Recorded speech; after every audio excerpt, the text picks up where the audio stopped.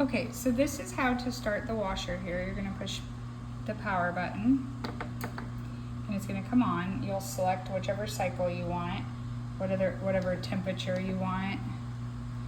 If you want an extra rinse, and then if it's like a deep fill or not. And then you just hold this button and you're just gonna hold it. You kind of have to apply some force.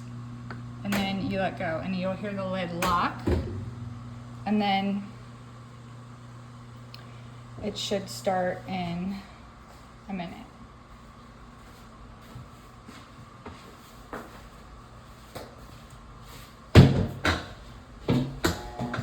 And then that's it, beginning.